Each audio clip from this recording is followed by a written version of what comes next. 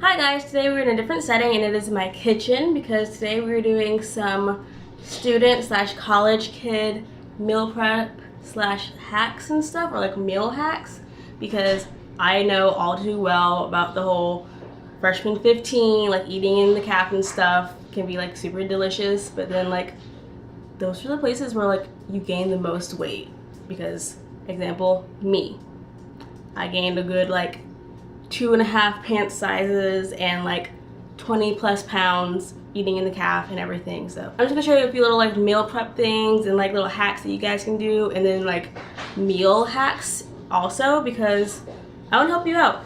Even if you're not in college, like you can still use these, because if you're athletic or you're always on the go, these are like meals that are really good to have already made ahead of time. So let's get cooking. Woo! Also, cooking with Kat, and it is a real thing because it's on my Instagram. It's been there since like forever. I even have my own hashtag. It's been there since like 3 years ago. So, cooking with Kat, video 1. Let's go. From the store, I got some pineapple, cherries, kale, lettuce, sweet potatoes, shredded carrots, an Irish bowl, frozen blueberries, crab sticks, 2 cans of black and pink beans, pre-made rice, pre-made guac, and a Reese's cup. We're taking apart our broccoli fluorescents from the stem, and then we're going to cut them into bite-sized pieces because we have to share with the rest of our vegetables on our tray. And then I'm going to go ahead and season it with some olive oil, black pepper, garlic salt, and onion powder. And then make sure you give it a good mix because you don't want your flavors just to be sitting on one spot. You want it to be all over your vegetables so you don't have bland, boring veggies. And then I'm going to go ahead and put it in the oven on 350 for about 25 minutes. And then take it out whenever you feel like it's at your crisp desire. I find to be like kind of burnt a little bit.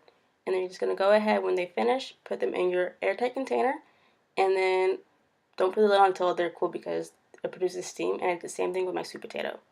But go ahead and put it in your container and then store it in the refrigerator for up to a week. Next, we're going to cut up our fruit, and most people say to twist off the top of the pineapple, but I like to cut mine a little bit lower because whenever I replant them, it makes it an easier base for the plant to actually grow. Okay, so after I cut the top of the pineapple off, I just go ahead and cut the rest of the pineapple up, and I cut the pokey part off because you can't really eat that. And if you know another way how to cut a pineapple, feel free to do it, but this is just how I do it because that's how I was taught. And you're just going to make sure you cut all of the stuff off, and then you can go ahead and cut the extra pieces off like how I'm doing right now, and cut your bottom off. And if you want to, you can go ahead and double check and cut the extra circles off, because those are like the worst thing to do. Like you're eating it and then you bite into like that extra like hard piece that just like ruins the whole thing. But go ahead and cut your pineapple up. I cut mine in very uneven hexagon, octagon things. And I go ahead and just cut around the middle hard part because I feel like you can eat it, but then again, you just shouldn't eat it, and it's not very appetizing. But I go ahead and cut all of them up in little cubes and put them in my airtight container and store it in the refrigerator. And pineapples, since they are a fruit, you can store them for longer, but if you did like me and waited until your pineapple was kind of older, you might not want to store it that long, maybe a week, 2 weeks tops, because then that's how you start getting moldy fruit, and you definitely don't want that. Our next fruit is going to be a papaya, and they're not my absolute favorite, but they are really good in smoothies. But I just start off cutting my papaya with cutting the top part off and then cutting it in half down the middle so that they are in the long way. And all you're going to do for papaya is you're going to scrape out the insides because those are seeds and you cannot eat them. And you just want to do that for both sides because, again, you can't eat them. But then I just go and I cut them in little strips, and I just gut them. Well, not gutting. Gutting sounds kind of harsh, but I gut them. And I just do that for the whole thing because that's what you do. And with YouTube magic, I'm done cutting my entire papaya. And next we're going to move on to cutting my avocado. And you want to make sure that your avocado is nice and ripe. You don't want like a stiff avocado because it's going to be really hard to cut, and then it's going to be even harder to blend, and it might mess up your blender. But all you're going to do is cut up your avocado by cutting it in little slices, and then you're just going to go ahead and squeeze it out, and then go ahead and move to your other avocado with the pit, or the other half with the pit in it. And taking the pit out is probably the hardest thing in my opinion, but you're just going to get your knife and whack it really hard and pop the pit out, and the same thing with the other side. So after you finish cutting up our fruit, we're just going to go ahead and start prepping our smoothie bags by putting in your favorite kind of green. I like to use kale or spinach, but this time I just used kale because I didn't have any spinach. And just start stacking in your different fruits that you have. Like today I had my pineapple, papaya, and avocado. And then I also like using matcha powder. You don't have to if you don't want to or if you don't even have any. And then I also like to put in some chia seeds to give it a nice little extra boost. Next is dessert, and all you're going to need is an avocado, some cocoa powder, heavy whipping cream, vanilla extract, a measuring cup, and a small container of sorts.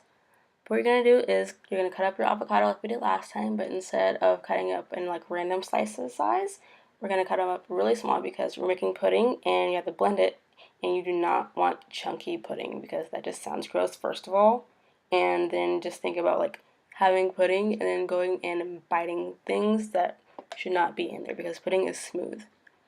But you're going to make sure you get every little piece out because, again, we need every avocado because that's the base of the pudding.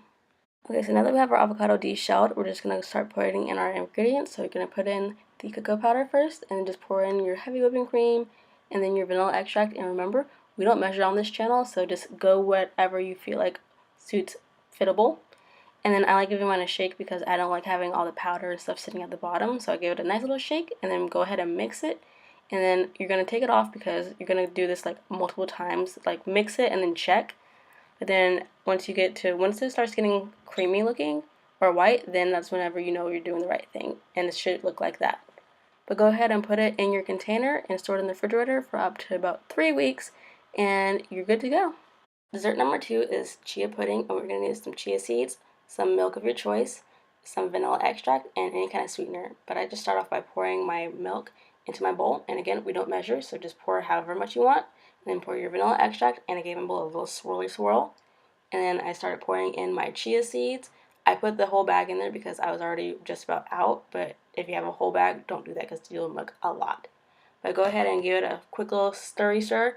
And then I poured the rest of the chia seeds in, and then gave it another stir. And then pop the lid on, give it a nice little shaky shake, and make sure everything's like nice and combined because chia seeds are like really sketchy. And then pour a little bit more milk in because they like absorb everything.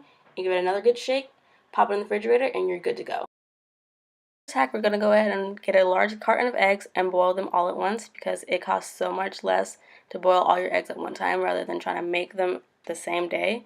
Or go ahead and buy like pre-boiled eggs because that's pointless if you can just do it yourself.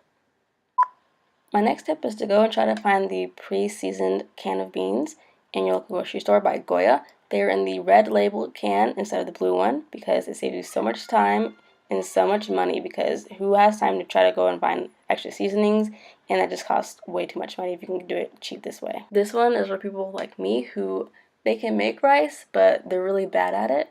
So I recommend going and buy either like bagged rice or just pre-made rice like this in little pre-measured sizes. For this one, I feel like it's probably like one of the best things I've ever seen. But they're pre-bagged meals, and I got mine from Winn-Dixie, but most grocery stores do have them. And it costs $6.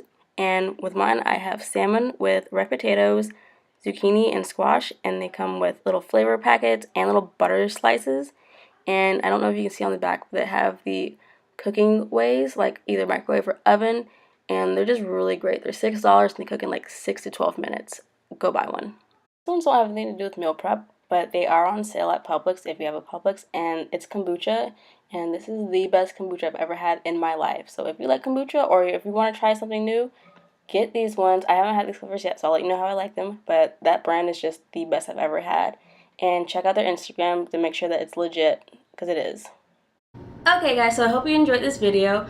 I personally enjoy doing this stuff because I like cooking, and I'm also going to school for cooking because in the long run I want to have my own food truck because food trucks are really cool and they're very trendy right now. But I just want you guys to enjoy this video. I hope you want to go and try the stuff that I've made, even though I didn't really make too much of anything. I just showed you guys how to like, do things and get around having stuff more easy and available for you instead of just like making things like that same day, like rushing. It's just meal prepping. It's easy. It takes about like an hour and a half depending on what you're doing. So hope you enjoyed it, and if you guys do try this stuff or just like think of anything similar, let me know. Send me pictures of it because I want to see that kind of stuff. But I'll talk to you guys later. Bye!